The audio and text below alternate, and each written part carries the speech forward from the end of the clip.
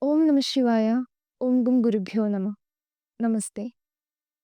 This is a documentary based on the review of the Bengal Files by Acharya Shri Manoj Ji, founder and director of AARSHAVIDYASAMAJAMCHRTBLTRUST. This is a slightly long video, so we kindly request your patience to watch it in full. A special free screening of Vivek Agnihotri Ji's film, The Bengal Files, was successfully hosted on 19th September 2025 by AARSHAVIDYASAMAJAM at PVR Lulu Mall, Trivandrum. In a distinguished gathering attended by eminent personalities, including former Mizoram Governor Kummanam Rajashekharan Ji, former BJP State President K. Raman Pillai Ji, Bharatiya Vichara Kendra Director R. Sanjayan Ji, former Kerala DGP P.P. Senkumar Ji, former Kerala Jail DGP R. Srilekha Ji, renowned Dr. Sedhunath Ji, prominent CA Ranjit Karthikeyan Ji, VHP Kerala State President Vijay Tampi Ji, Bharatiya Vichara Kendra State Secretary S. Rajan Pillai Ji, Vijay Krishnan Ji, Jay Kumar Bhavachitra, Anil Nambyar Ji, Janam TV, Durga Das Shishupalan Ji, and several other organizational leaders. We, the AVS team, watched the film seated in a fully packed cinema hall, making the event truly remarkable.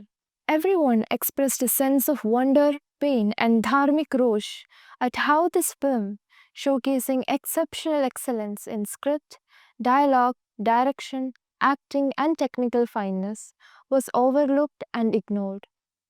Heartfelt love and regards to the entire team behind the Bengal Files, especially Vivek Agnihotri Ji, for overcoming numerous challenges and delivering this remarkable work. Questions raised by the film. No viewer with a conscience can watch this film without tears in their eyes. It ends by posing powerful questions that continue to burn the hearts of the audience. 1. When will India witness a truly secular golden era where every citizen is regarded as a Bharatiya without being labeled Hindu, Muslim, Christian, or Sikh? 2.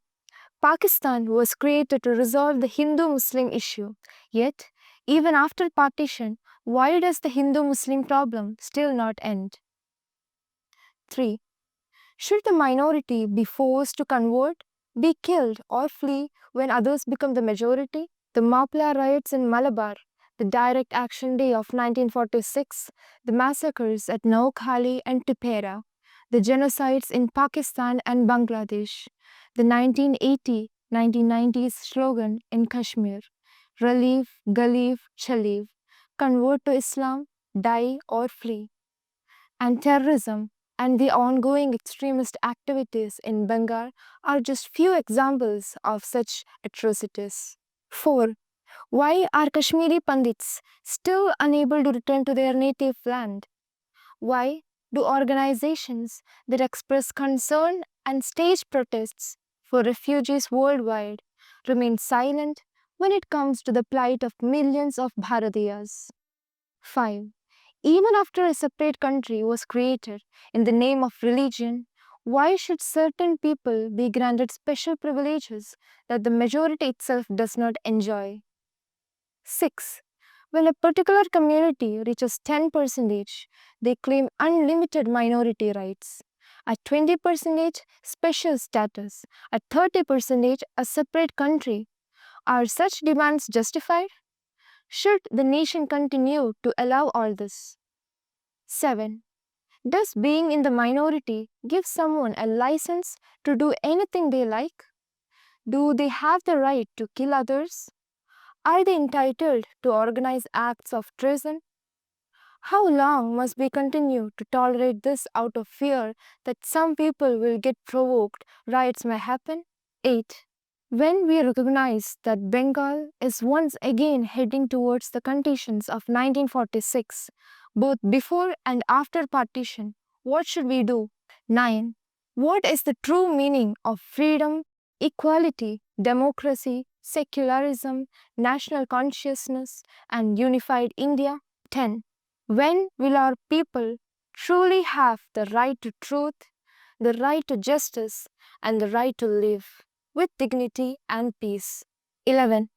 Why has the generation of brave hearts who fought and died for values, enduring immeasurable sacrifices, become so weak today, and some to remain silent without any response? 12. Finally, who are those hiding the real truths, historical realities, and contemporary threats from our people? The Bengal Files theme, a brief introduction. We all know that the partition of India in 1947 was a great tragedy, with nearly 20 million people displaced and about 2 million killed. The aftermath of the partition witnessed the largest refugee exodus in human history. It was the Direct Action Day riots of August 16, 1946, also known as the Calcutta killings, followed by the genocide in the districts of Naukali and Tipera, aimed at wiping out the Hindu population there, that pushed the national leaders to agree to the partition of India.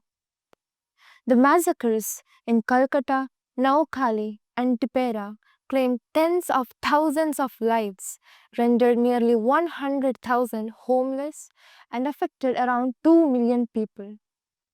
Therefore, we must study these riots as they were themselves a direct cause of the catastrophe of partition.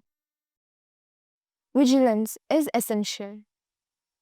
Those who fail to properly understand ideologies, who do not learn lessons from history, and who ignore present dangers, believing that nothing will happen to them, these are the people referred to as being afflicted by pramadam. History reminds us that such people are always the first victims of misfortune. East Bengal, Kashmir, West Bengal, Kerala, stay alert. The Battle of Badr took place on the 17th day of Ramzan. By describing it as the battle fought by Muslims against the Kafirs, the Muslim League deliberately chose that very day, August 16, 1946, as Direct Action Day with a clear intent. Many had forgotten the fact that exactly 25 years before this, the Mappala Rebellion began in Malabar on August 20, 1921, on the same date. The Hindus of Malabar endured great sufferings then because they failed to understand the Islamic ideology, the history of the Battle of Badr, the call of Ghazwa-e-Hind, Islamic history, and the broader strategies of religious fundamentalists. Those in Bengal, Lahore, and the northwestern provinces who failed to learn the lessons of 1921 and did not recognize the aims of the Mappala rebellions endured immense suffering and the horror of partition. The brutalities that took place in the regions that became Pakistan and Bangladesh, both before and after partition, are atrocities that horrify the conscience. After independence, they captured Pakistan, occupied Kashmir through the same ruthless methods. The events in Kashmir during the 1980s and 90s followed the same processes: relieve, galive, shalive, meaning convert to Islam, die or flee, with the aim of driving out non-Muslims and fully taking over Kashmir. They adopted the same strategy. Even today, lakhs of Kashmiri Pandits have not been able to return to their homeland. Today, Rohingya and Bangladeshi infiltrators, along with extremists, are attempting to take control of West Bengal. The same processes are unfolding in regions like Assam and Kerala. If these are not understood, our generation too will face disaster. Why should we watch this film? Why should we promote it? This film creatively presents historical realities. It tells the story of unimaginable sufferings endured by our previous generations, as well as the courageous acts of resistance. For example, it depicts the defiance of Gopal Chandra Mukhopadhyay, also known as Gopal Patha. At that time, Jinnah had devised a secret plan to take full control of Bengal, capture Calcutta as the capital and create a corridor linking East and West Pakistan. It was the brave and resolute resistance of people like Gopal Patta that thwarted this plan. This film helps us to learn from history and confront today's challenges. It reminds us of the dangers of appeasement politics and highlights the necessity of organizing for peace and security. To prevent a repetition of partition's history, unwavering vigilance from patriots is essential. Watching and promoting this film is the dharmic duty of each one of us. Contemporary crisis. Today, some are deliberately attempting to suppress any discussion of the Bengal file. This film, which highlights Bengal's greatness and its rich heritage of cultural freedom and Renaissance movements, being banned in Bengal can only be described as hard luck for our people. It faithfully depicts Bengal's history and its pressing contemporary issues. That certain individuals have decided the public should remain unaware of these harsh truths is deeply troubling. Those in power repeatedly forget a fundamental fact. A people ignorant of ideology, history, and current realities have no future. The film's theme may unsettle some people. They are the ones trying to dismiss it without even making it a controversy. This is clearly visible. But what about proud patriots? Some haven't even heard of this film, and those who have do not know what it is about. Others complain about its length. Yes, it runs for 3 hours and 20 minutes. The same people who spend their time, money, and energy on meaningless rituals, events, or trips found sitting through this historical film in an AC theater, a film that reveals the sufferings of our forebears, the dangers we face today, and the potential disasters awaiting future generations, burdensome. Alas, it is astonishing that films of such national importance, expertly directed with advanced technical production, serving the cause of the nation, pass by without even sparking a discussion. This is truly unfortunate. When some brave individuals take enormous risks and invest huge sums of money and take initiative, shouldn't we at least be ready to encourage them? Remember, if these ventures, created with crores of rupees and immense effort, fail, no one will step into this field again. We need to pay close attention to promoting ideas through arts. Kerala sets a proper example with films like the Kashmir Files, the Kerala Story, and Chava. However, our society must also reflect on whether it is ready to promote films equally relevant to Kerala's context and history, such as Pulamudal Pulavare, which depicts the Mappala rebellion, Razakar, the silent genocide of Hyderabad, which throws light on the Hyderabad massacres, Bastar, the Naxal story, which portrays the Maoist threat in Bastar, Swatantra Veer Savarkar, which shows the life of Vinayak Damodar Savarkar, who is still facing continuing controversies, and Article 370, which highlights the problems in Kashmir. Appeal to organizations. It is regrettable that leaders and organizations do not step forward to effectively organize such creative presentations.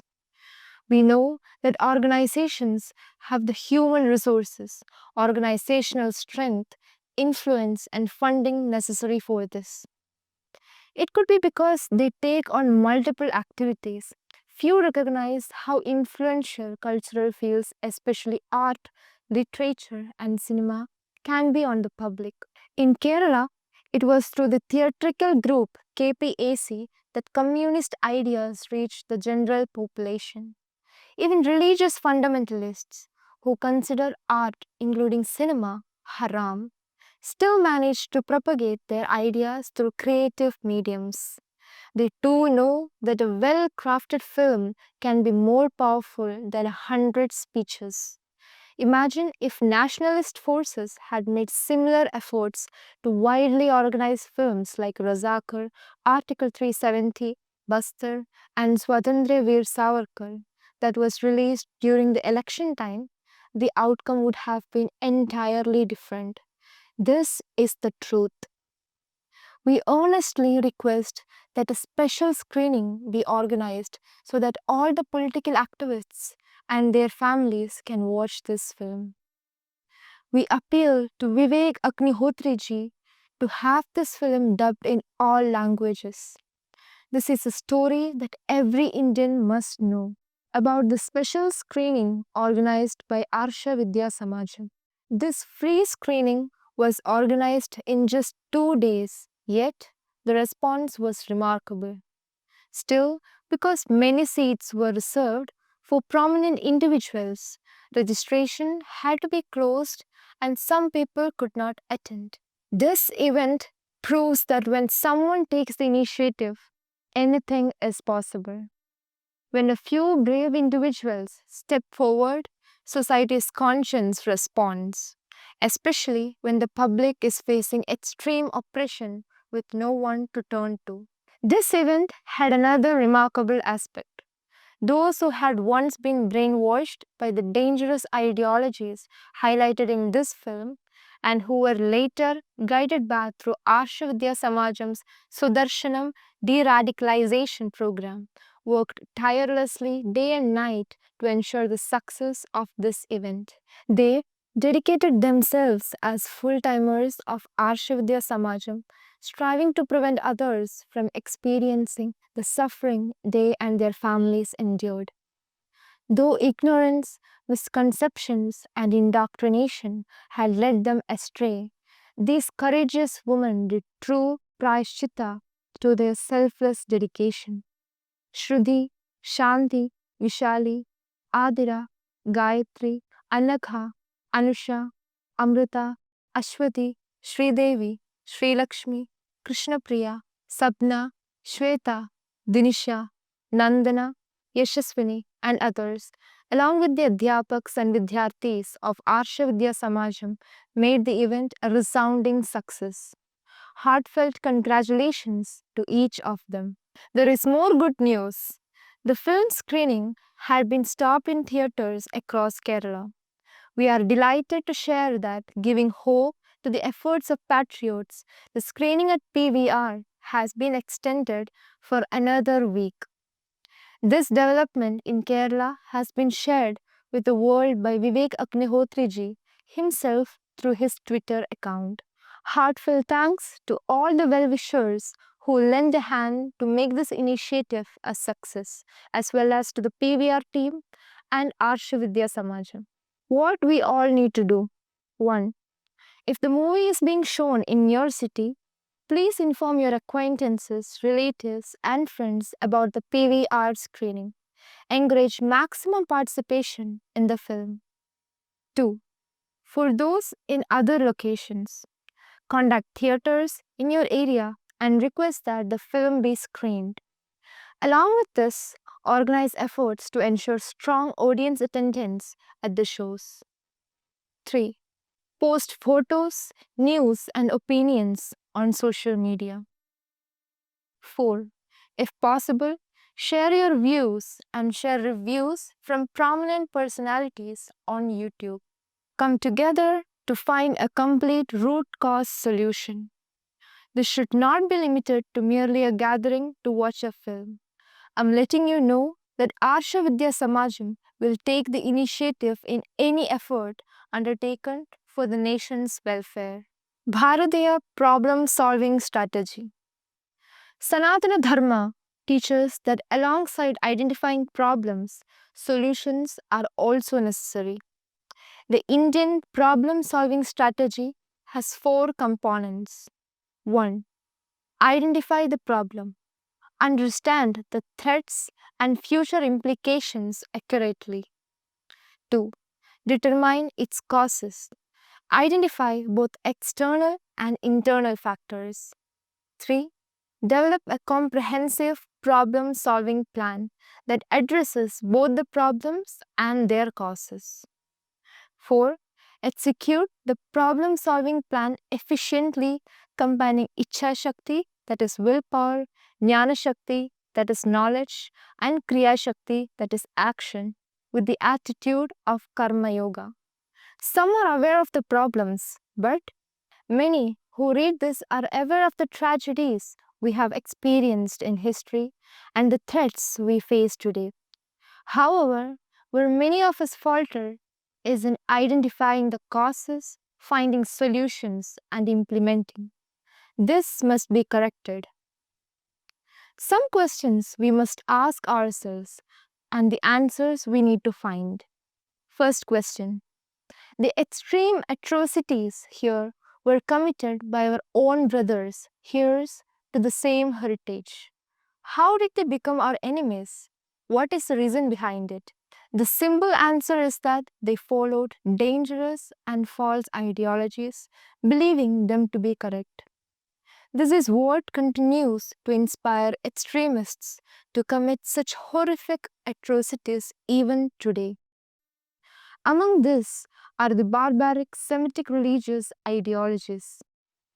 Through numerous projects, they are still actively trying to recruit our children and brothers and sisters into these ideologies. Their goal is Ghazwa-e Hind, to capture all of India by 2047. Second question. Why were our people and the national leaders of the time unable to recognize these threats and defend effectively? The answer is that they were influenced by weak ideas, ignorance, pramadam, spiritual or philosophical indigestion, ideological corruption or pollution, superstitions and blind beliefs, anacharas, duracharas and atyacharas, sadguna vaikrudam, regressive traditionalism, etc. Third question. Why do pseudo-secular, anti-national political parties and even the public keep repeating past mistakes? The reason is the failure to study and understand ideologies, accurate history, and contemporary threats. In short, they continue to commit these foolish, self-destructive actions, believing them to be right. Due to ignorance and pramadam, many fail to even recognize the need to promote such films. Therefore, the conclusion we arrive at is this. It is the ideologies that make a person or a community good or bad. Therefore, recognizing these external and internal causes is crucial. The real villains are the ideologies and ways of thinking that are dangerous to individuals and society, and that mislead humanity in harmful ways. AARSHAVIDYASAMAJAM's Sudarshanam Vishwaseva project, also known as Sudarshanam Global Service Mission (SGSM) project, is a campaign against all ideologies and brainwashing tactics that threaten global peace and well-being. Sudarshanam is the right vision and the scientific way of thinking. It is also a tool for the protection of dharma and society. By collaborating with various organizations and well-wishers engaged in service activities, let us march forward with a new initiative. Even once a month, or if possible, once a week, we can come together through satsangs. We earnestly request everyone to participate in the events organized for this purpose. With love and regards, Acharya Shri Manoj Ji.